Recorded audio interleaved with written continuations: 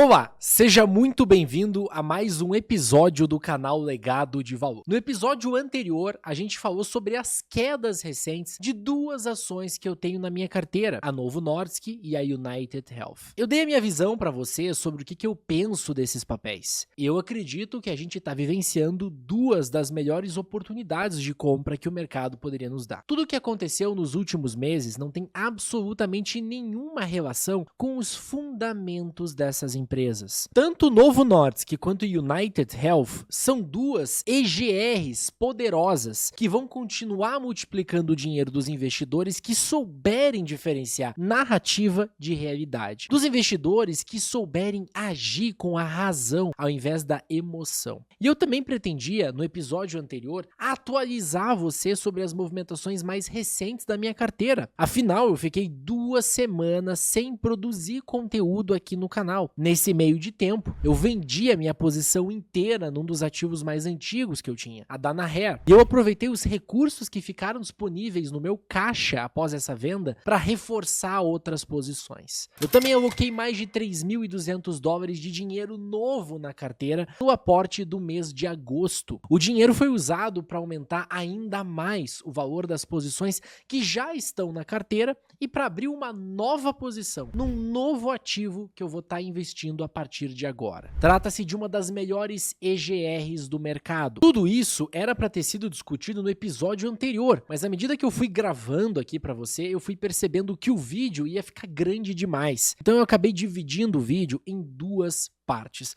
Assim fica mais fácil para você consumir esse conteúdo aqui. Então, como você pode ver, a gente ainda tem muito o que conversar. Só antes da gente começar, eu preciso me apresentar, especialmente se você é novo aqui e ainda não me conhece. Meu nome é Felipe Dabu e esse canal nasceu com um propósito muito claro: documentar toda a minha jornada de construção de patrimônio, investindo no maior e mais promissor mercado do mundo, o mercado americano. Eu tenho uma filosofia de investimentos muito simples, que foi formulada ao longo dos últimos anos, depois de muitos erros e acertos. Eu compro todos os meses ações de empresas extraordinárias. E diferentemente da maioria dos investidores, eu não tenho pressa para vender essas ações. Na verdade, o meu objetivo é segurá-las pelo maior tempo possível, usufruindo do efeito dos juros compostos ao longo do tempo, conforme essas empresas vão crescendo. E quando eu falo em empresas extraordinárias, eu estou me referindo às melhores e mais relevantes empresas do mundo. Empresas que não prometem algum dia entregar resultado. Elas já deram certo, elas já entregaram. Estou falando de negócios extremamente bem geridos que conseguem crescer a receita ao longo do tempo, crescer o lucro ao longo do tempo, enquanto pagam proventos ou recompram ações. Negócios extremamente previsíveis, com pouca ciclicidade e vantagens competitivas brutais. O meu primeiro aporte nessa carteira de investimentos,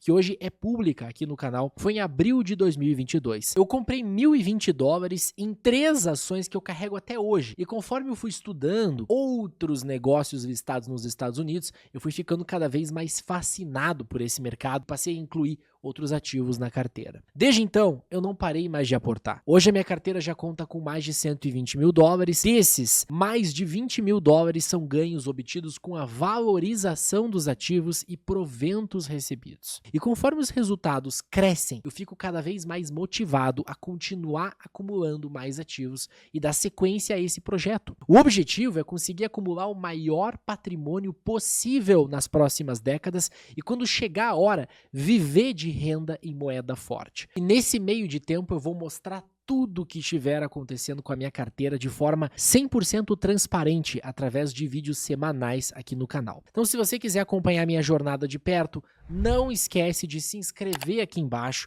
deixar um like nesse vídeo e já ativar o sininho das notificações. E se você quiser aprender tudo sobre a minha filosofia de investimentos e como montar uma carteira de longo prazo igual a minha no mercado americano, eu preparei um mini curso completo para você. Foram os primeiros vídeos que eu postei aqui no canal. Eu vou deixar o link aqui embaixo na descrição. Aproveita, porque esse conteúdo é gratuito e, na minha opinião, cara, ele tá melhor do que 99% dos conteúdos pagos que você vai encontrar por aí sobre investimentos. Bom, agora que a apresentação já foi feita, vamos ao conteúdo do vídeo. Na primeira semana deste mês, eu vendi a minha posição inteira de Danaher. Isso engloba não só as ações da Danaher, mas também da sua antiga subsidiária, a Veralto. Se você tinha ações da Danaher lá em 2023, você deve lembrar que a empresa anunciou o spin-off da Veralto, que fazia parte do seu braço de soluções ambientais. A Veralto basicamente atuava na parte de análise e tratamento de água, tanto para serviços públicos quanto para serviços privados. A Danaher, curiosamente, foi uma das minhas primeiras posições na carteira de longo prazo. A minha primeira compra nela coincidiu com a data do meu primeiro aporte que eu fiz lá atrás, em abril de 2022. Eu me lembro que eu estudei a empresa na época e eu fiquei impressionado com a performance imbatível das suas ações. Desde 1975, Danaher vem gerando valor para os acionistas quase que todos os anos. De lá para cá, a ação vem retornando uma média de 20% ao ano, o que é brutal se você perceber que trata-se de uma janela de 49 anos. As curvas de receita e de lucro também vinham crescendo quase exponencialmente, graças ao modelo de negócios focado em aquisições de empresas que possuem liderança nos seus segmentos e um alto potencial de crescimento. A Danaher sempre foi reconhecida como uma serial acquirer, ou seja, uma empresa que expande de forma contínua, adquirindo negócios estratégicos e aplicando neles o seu famoso Danaher Business Systems. A Danaher sempre foi reconhecida como uma serial acquirer, ou seja, uma companhia que expande de forma contínua, adquirindo negócios estratégicos e aplicando neles o seu famoso Danaher Business System, o DBS. Esse sistema de gestão é praticamente uma filosofia própria da empresa. Ele combina disciplina operacional, foco em inovação e uma cultura de melhoria contínua. É através dele que a Danaher consegue integrar rapidamente novas companhias ao grupo, extrair sinergias e acelerar resultados. Ao longo das últimas décadas, isso permitiu que ela construísse um portfólio extremamente forte em 3 grandes áreas: ciências da vida, diagnósticos e soluções ambientais. Na prática, a gente está falando de uma empresa que fornece desde instrumentos para laboratórios de pesquisa e biotecnologia, até sistemas avançados de diagnóstico hospitalar e soluções essenciais para a qualidade da água e do ar. É um modelo altamente diversificado, resiliente e com uma demanda estrutural que só tende a crescer conforme o mundo precisa de mais inovação em saúde, ciência e sustentabilidade. Ok, sabendo de tudo isso,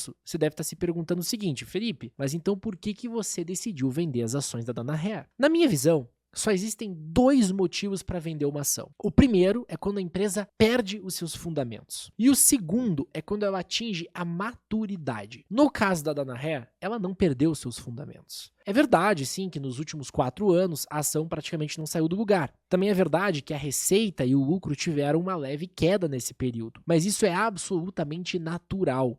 A empresa vinha de uma demanda gigantesca durante a pandemia, quando seus produtos e serviços tiveram uma procura recorde. O que a gente viu depois foi apenas um ajuste de ciclo, algo esperado em negócios desse porte. A minha expectativa, inclusive, é que no curto prazo esse ciclo já comece a virar e a ação volte a entregar resultados consistentes. Então, se a empresa continua sólida, com um modelo de negócio eficiente e perspectivas positivas, o motivo da minha venda não pode ser perda de fundamentos. O motivo foi a maturidade. E é exatamente isso que aconteceu com a Danaher. Na minha opinião, ela se tornou uma empresa tão grande, tão consolidada, que o seu potencial de crescimento daqui para frente tende a ser mais limitado. É claro que ela ainda pode entregar bons retornos, mas já não se enquadra no mesmo perfil de crescimento acelerado que eu busco hoje dentro da minha carteira durante a fase de acumulação.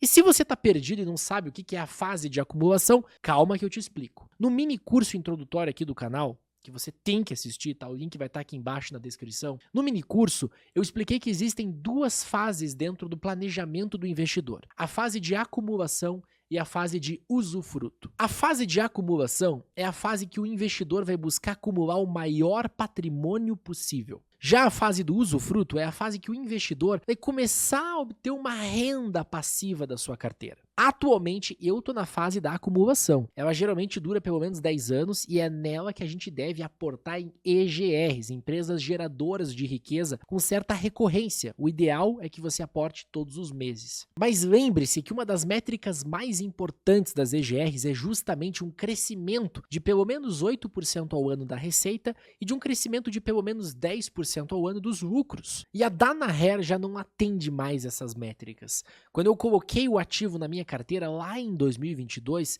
eu não enxerguei isso. Hoje, com a Torino, fica muito mais fácil entender que a receita da Danaher cresce muito abaixo do que nós queremos. Nos últimos 10 anos, o crescimento foi abaixo da inflação, míseros 1,7%. Aí você pode argumentar comigo que é por conta da ciclicidade natural do business dela, e eu vou concordar em partes com você. Mas mesmo excluindo o período de queda da receita e comparando a janela de 2012 com 2022, a gente vê que o KGR foi de apenas 6%. E com o lucro acontece a mesma coisa. O KGR dos últimos 10 anos é de 2,7%, bem abaixo dos 10% que nós exigimos, e mesmo excluindo o período pós-pandemia, o KGR ainda assim não atende os nossos critérios. Absolutamente nenhum ativo da minha carteira possui esse nível de crescimento. Todos atendem às métricas mínimas da carteira. Na verdade, a grande maioria das ações do meu portfólio crescem muito mais do que 8% ao ano em receita e 10% ao ano em lucros. E existe uma forma muito mais fácil de visualizar como a Danaher já não é mais a empresa de crescimento que um dia ela já foi. Basta usar a Verônica. A Verônica é uma inteligência artificial que eu criei dentro da Torino para ajudar os investidores a analisar a qualidade das empresas para o investimento de longo prazo. A ideia da Verônica é analisar os fundamentos das empresas em várias dimensões. Então ela olha receita, lucro, comportamento do preço, comparativo com o benchmark, retorno sobre capital empregado, retorno de capital ao acionista através de recompras ou dividendos, valuation e até manutenção de crescimento. A Danaher é a única empresa da minha carteira que tirou a nota 55, classificada como uma empresa razoável para buy and hold. Todas as outras empresas da minha carteira possuem notas acima de 70, sendo a grande maioria acima de 80. Peguemos a Mastercard, por exemplo. A nota dela é 95. Isso reflete a qualidade impecável do negócio. Mastercard consegue fazer o impensável. Cresce receita 12% ao ano, o fluxo de caixa 16% ao ano, bate o S&P em 90% do tempo, enquanto possui um dos retornos sobre capital empregados mais altos do mercado e retornos de capital aos acionistas através de pagamentos de dividendos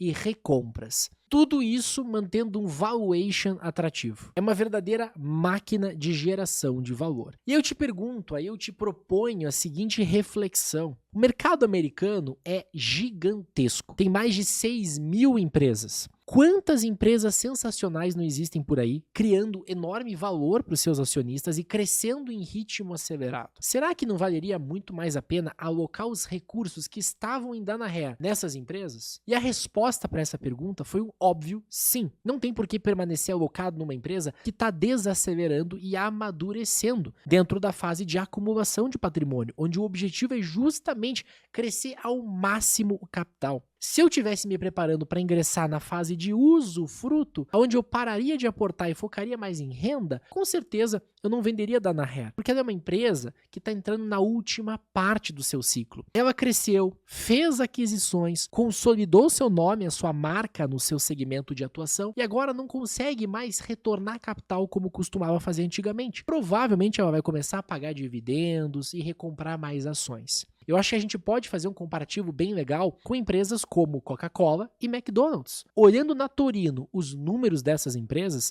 fica fácil perceber. Ambas tiveram suas épocas douradas de crescimento, onde tanto a receita e os lucros cresciam tranquilamente 2 dígitos por ano. Hoje o crescimento é muito mais modesto, algo em torno de 4, 5, 6% ao ano. Então, já que essas empresas não reinvestem o lucro como elas faziam antigamente para crescer, como que elas destinam esse dinheiro? elas distribuem proventos e recompram suas ações. Não é o que a gente está buscando aqui, pelo menos não nessa fase. Então não me entenda mal, eu gosto muito da Danaher. Eu acho que é um baita negócio que vai continuar prosperando, só não no ritmo que eu estou buscando. Enquanto existirem possibilidades melhores de alocação, eu vou optar por aproveitá-las. A venda da posição da Danaher e da sua antiga subsidiária, a Veralto, trouxe um pouco mais de $6.000 para o meu caixa e eu decidi usar todo esse recurso para reforçar posições que eu já tenho. Então, no episódio anterior, você já viu que eu aloquei $500 em Novo Nordisk e $500 em United Health. Eu também aproveitei para comprar mais $1.000 em S&P Global, $1.000 em Texas Pacific Land,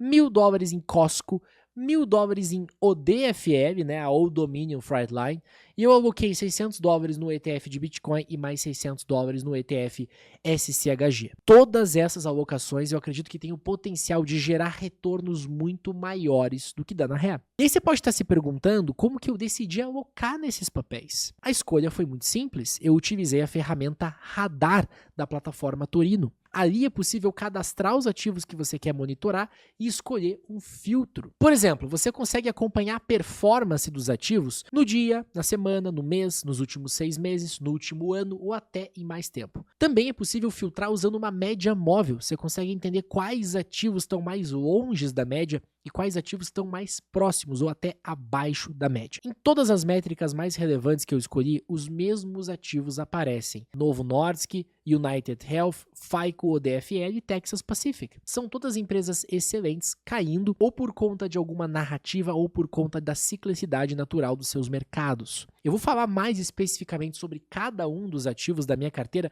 nos próximos episódios, mas não existe nada de errado com eles, tá? Só para você saber. Nós vimos no episódio anterior que ativos de excelente qualidade podem cair 40%, 50% ou até mais simplesmente por conta de narrativas. FICO está sofrendo a narrativa de que o seu monopólio pode ser quebrado. O mercado reagiu mal à decisão da FHFA de permitir que os bancos também usem o Vantage Score 4.0 para empréstimos hipotecários ligados a Fannie Mae e Freddie Mac. Isso supostamente quebraria a hegemonia da FICO no setor e levantou a percepção de que a concorrência poderia ganhar espaço. Mas o próprio CEO da FICO, Will Lansing, deixou claro que esse cenário não muda o jogo de longo prazo. Em entrevista à CNBC, ele lembrou que o custo de um score FICO, menos de $5 dentro de um processo de $6.000 de fechamento de contrato, não é o fator que trava a compra de imóveis. Além disso, a FICO compete com o Vantage há 15 anos e segue dominante,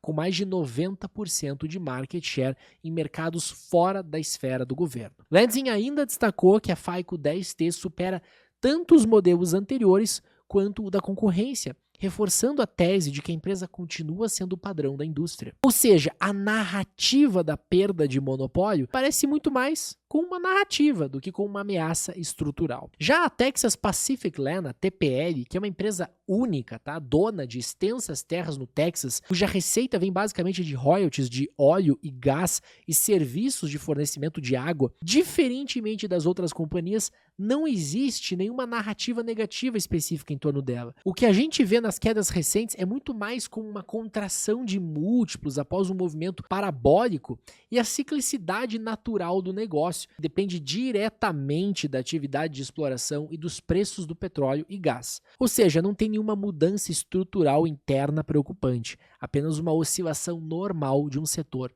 volátil. E a mesma lógica se aplica à Old Dominion Freight Line. A empresa caiu recentemente porque divulgou resultados mais fracos no último trimestre, com receita e lucro abaixo das expectativas, refletindo a desaceleração da economia americana e a queda nos volumes de frete. O mercado agiu mal, os analistas revisaram as projeções e a ação acabou sofrendo. Mas na minha visão, isso é muito mais uma questão conjuntural do que uma questão estrutural. O DFL continua sendo a transportadora mais eficiente do setor, com margens acima da média e uma gestão impecável. O que está acontecendo agora é apenas a ciclicidade natural de um modelo ligado à atividade econômica. Por isso, eu enxergo essa queda como uma oportunidade de comprar um ativo de altíssima qualidade com desconto, exatamente o tipo de janela que o investidor de longo prazo deve aproveitar. É muito importante que nós todos, investidores, não nos assustemos com essas quedas de curto prazo e não nos deixemos levar pelas narrativas. Lembre que o foco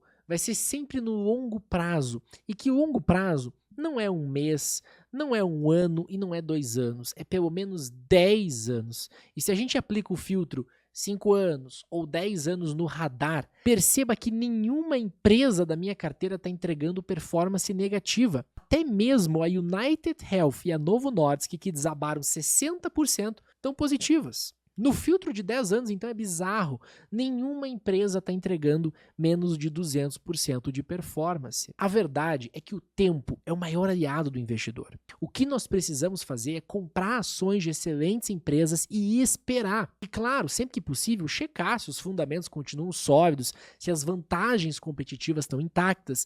Mas a verdade é que o tempo vai ser responsável pelos retornos grandes. A minha carteira, que eu comecei em abril de 2022, se a gente parar para pensar, agora que fez 3 anos. E eu só comecei a ter um capital maior alocado nos ativos da carteira no ano passado. Então é uma carteira embrionária ainda. Os ativos que estão aqui têm muito potencial de crescimento e eu acredito que essas quedas são oportunidades de alocação seculares. E falando em oportunidades de alocação seculares, eu quero falar sobre onde eu direcionei o dinheiro novo que eu aportei no mercado este mês. Porque além dos aportes em todos esses ativos que eu fiz com o dinheiro da venda da Nanahair, eu também coloquei mais $3.300 em dinheiro novo na carteira em agosto. Boa parte desse dinheiro foi usado para comprar uma empresa cuja minha posição era muito pequena. E ainda é pequena, na minha opinião. Acontece que essa empresa é simplesmente um dos melhores negócios que existem no mundo. Ela deveria ser uma das maiores posições da minha carteira, se não a maior. Isso porque ela carrega uma das teses que eu mais tenho convicção. Estou falando da Constellation Software, uma empresa que passa fora do radar até dos investidores americanos mais experientes, que dirá dos investidores brasileiros. Tem um vídeo sobre a Constellation que está bem completo aqui no canal. Eu recomendo que você assista, mas saiba que a gente vai falar muito sobre ela nos próximos episódios também. Primeira coisa que se precisa entender sobre a Constellation Software é que ela não é uma empresa de tecnologia como as outras. Esqueça as empresas de software que você conhece, que criam um único produto e tentam escalar para o mundo inteiro. A Constellation é, na verdade, uma serial acquirer, mas com uma diferença crucial. Ela compra software. Mais especificamente, ela adquire Vertical Market Software, também conhecidos como VMS. VMS são softwares específicos e essenciais para indústrias de nicho. Pense num programa que gerencia as operações de uma marina de barcos, ou um sistema que controla os agendamentos de uma clínica veterinária, ou um software que processa as transações e o controle de estoque de uma concessionária. Esses são os tipos de negócios que a Constellation compra. E por que isso é tão brilhante?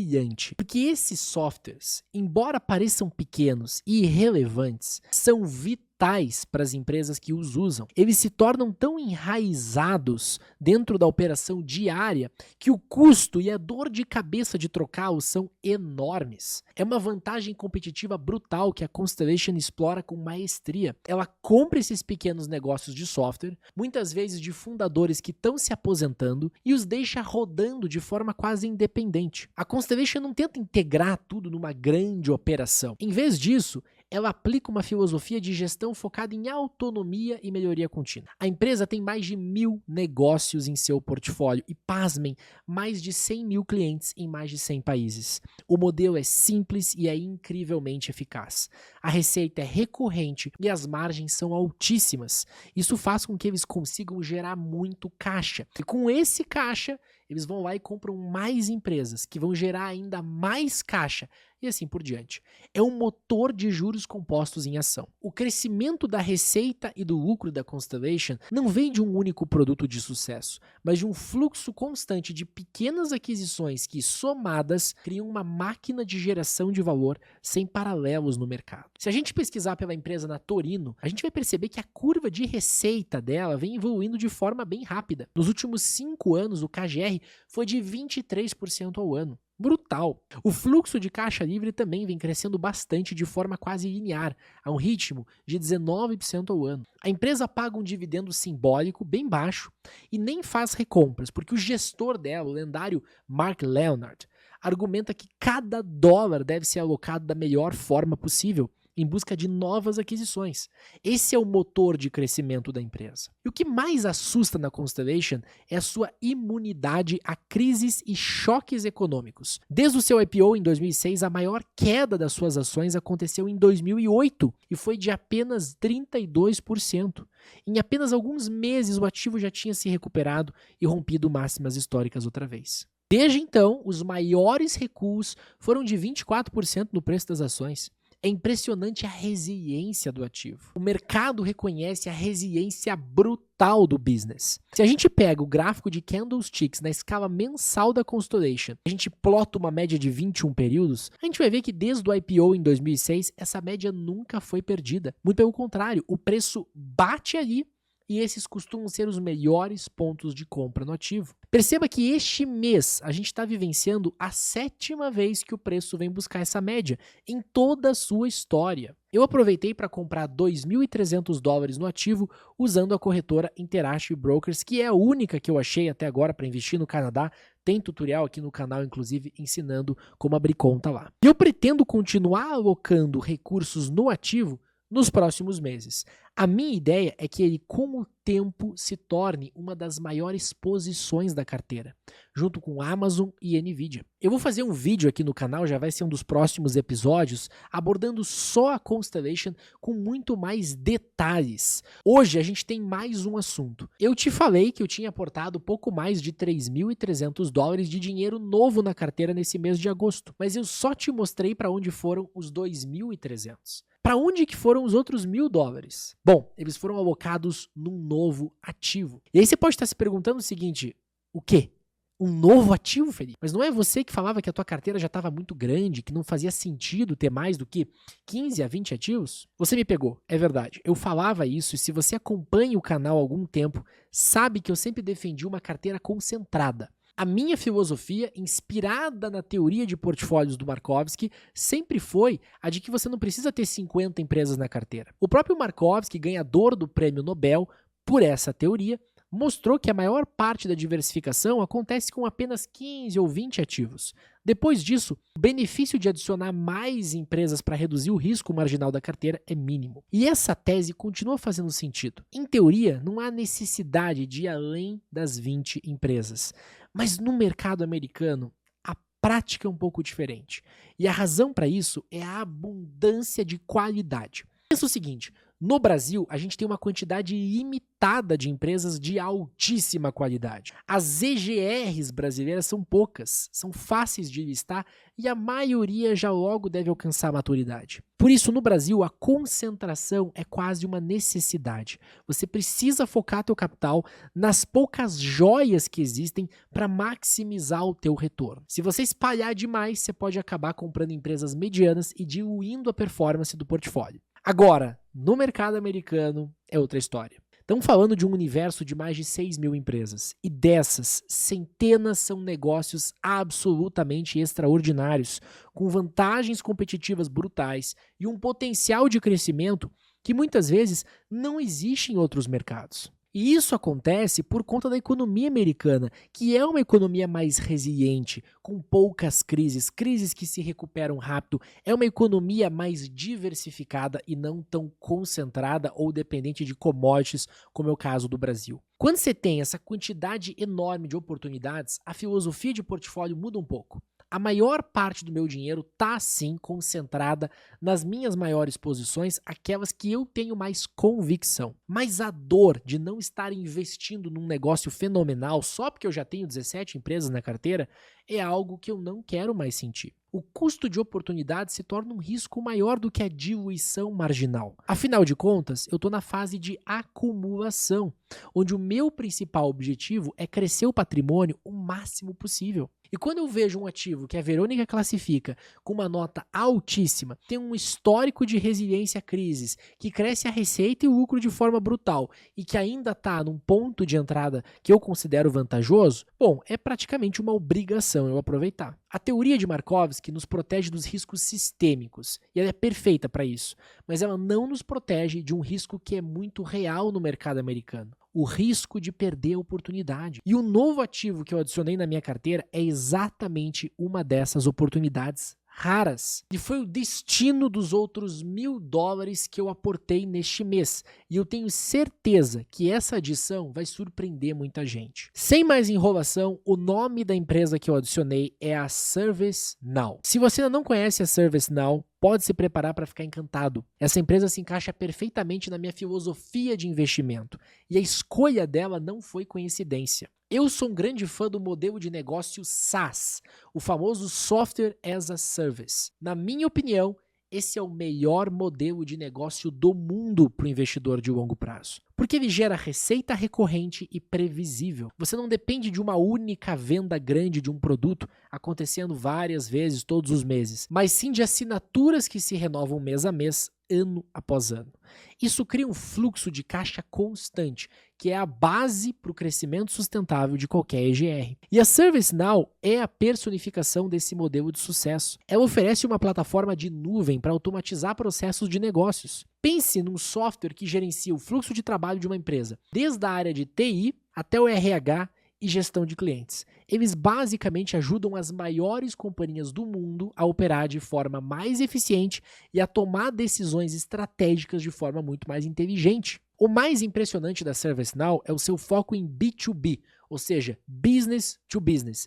Os clientes dela são as maiores empresas do planeta. Isso fica evidente quando a gente entra na apresentação de resultados do último trimestre no site da companhia, na parte de relações com o investidor. E tá lá num dos primeiros slides. Os seus mais de 8.400 clientes incluem 85% das empresas que estão na lista da Fortune 500. Se você não conhece, a Fortune 500 é uma lista que é divulgada todos os anos, criada pela revista Fortune, que reúne as 500 maiores empresas dos Estados Unidos. Estamos falando de corporações gigantescas que precisam de soluções robustas e integradas. E uma vez que a ServiceNow se instala na operação de um cliente, o custo e a complexidade de sair são tão grandes que a retenção é altíssima. Isso cria uma vantagem competitiva brutal. E a gente consegue ver essa retenção através dos KPIs na Torino. Ela beira os 98%. O que é ainda mais impressionante é que a ServiceNow não vende só o software, mas também sabe monetizar muito bem essa base de clientes, vendendo soluções adicionais e módulos integrados. Com a ascensão da inteligência artificial, eles já estão na vanguarda, oferecendo soluções de IA generativa para otimizar ainda mais os fluxos de trabalho. A cada nova tecnologia, eles encontram uma forma de gerar ainda mais valor para o cliente e, consequentemente, para o acionista. Vamos dar uma olhada nas métricas quantitativas dela usando a Torino. Começando pela receita. Olha essa curva de receita. Sem brincadeiras, eu acho que essa é a curva de receita mais bonita que eu já vi e reflete bem o modelo de recorrência do SaaS. Todo trimestre a receita cresce sem parar. O KGR dos últimos 5 anos beira os 25%. Que é muito alto. Eu não acho que essa empresa consiga continuar crescendo nesse ritmo por muito tempo, mas mesmo que o KGR caia para 20%, até mesmo 17%, 18%, ainda assim tem muito espaço para destravar valor. E falando em valor, isso nos leva até o fluxo de caixa. Olha a geração de caixa para o acionista. Desde 2017, o fluxo de caixa livre vem crescendo sem parar. O KGR beira os 30%. É inacreditável. Parte desse valor está sendo diluído através das compensações baseadas em ações, que são parte da remuneração dos funcionários da empresa, que é bem normal no caso de empresas de tecnologia. Recentemente, a gente fez uma atualização na Torino que dá para ver bem isso aí. A gente segmentou o fluxo de caixa em diversos tipos.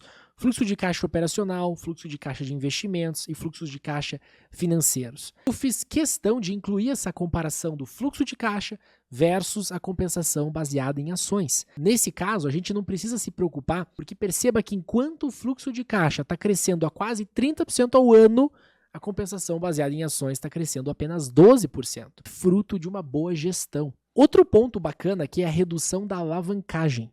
a gente consegue ver que a métrica dívida sobre EBITDA vem caindo nos últimos anos, e no gráfico que mostra o caixa e a dívida, a gente consegue ver que recentemente o caixa vem crescendo num ritmo acelerado, enquanto a dívida segue controlada. Ou seja, o balanço patrimonial da empresa está sendo saneado e ficando cada vez mais saudável. Essa empresa é uma verdadeira máquina de crescimento e é um ativo que eu acredito que tem o potencial para se tornar uma das maiores posições ao lado de nomes como Amazon e Constellation Software. É um negócio que eu vejo prosperando por décadas e essa queda recente no preço me deu o ponto de entrada perfeito para começar a construir a minha posição. É uma empresa com fundamentos inquestionáveis e que, na minha visão, se beneficiará de forma brutal das maiores tendências tecnológicas do nosso tempo. E é por isso que, mesmo com uma carteira já diversificada, eu não poderia ficar de fora. Eu aportei pouco mais de $1.000 no mês de agosto em ações da ServiceNow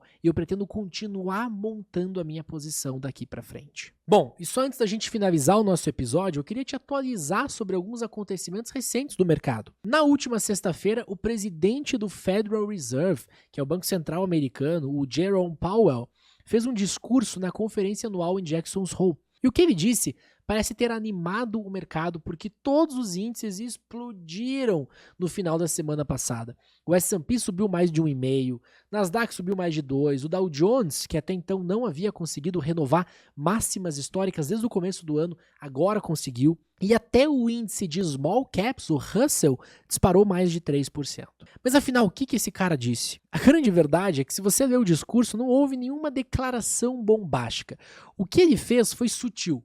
Ele não disse, vamos cortar os juros. Mas aqui está o ponto-chave. Ele deu a entender que o Fed está muito mais perto de começar a relaxar a sua política monetária. Para entender isso, você precisa entender primeiro sobre o tal do mandato duplo do Federal Reserve. O Fed ele tem dois objetivos principais: manter a inflação sob controle, ou seja, garantir estabilidade de preços, e garantir o máximo de empregos, ou seja, um mercado de trabalho saudável. Pensa comigo, por mais de 2 anos, o foco do Jerome Powell foi quase exclusivamente na inflação. O objetivo era trazer a inflação para a meta de 2%. Para fazer isso, o Fed subiu os juros de forma agressiva, que naturalmente desacelera a economia e, em tese, faz a inflação cair. Mas toda essa política tem um custo, que é o enfraquecimento do mercado de trabalho. O aumento dos juros pode levar à desaceleração econômica, que por sua vez pode levar a demissões e o aumento do desemprego. A grande novidade no discurso do Jackson Hole é que pela primeira vez em muito tempo, o Powell deixou claro que o Fed está prestando atenção no outro lado do seu mandato. Ele mencionou riscos crescentes para a economia e principalmente para o mercado de trabalho. E sinalizou que a política monetária atual, que ainda é considerada restritiva, pode estar começando a apertar demais. Esse é o famoso trade-off na política monetária. O Fed tem que pesar o risco de ter uma inflação alta contra o risco de uma recessão e um aumento no desemprego. Ao falar sobre os riscos para o mercado de trabalho, Powell basicamente disse ao mercado: a gente está quase lá. A inflação já está sob controle e agora a nossa maior preocupação é não causar um dano desnecessário à economia. Essa pequena, mas significativa mudança de foco foi o suficiente para o mercado respirar aliviado. Os investidores entenderam que o Fed não precisa de mais dados para subir juros. A probabilidade de um corte nos próximos meses aumentou consideravelmente e isso fez com que os índices disparassem na sexta-feira. É mais uma prova de que no mercado financeiro a narrativa e a interpretação das palavras dos líderes são tão importantes quanto os próprios fatos. Bom, e por aqui nós finalizamos mais um episódio do canal Legado de Valor. Agora você está atualizado em relação às movimentações mais recentes da minha carteira e aos acontecimentos mais recentes do mercado. Se você gostou desse conteúdo, não esquece de deixar o teu like aqui embaixo, não esquece de se inscrever no canal e ativar o sininho das notificações para você ficar por dentro de tudo. Um grande e afetuoso abraço, até a próxima.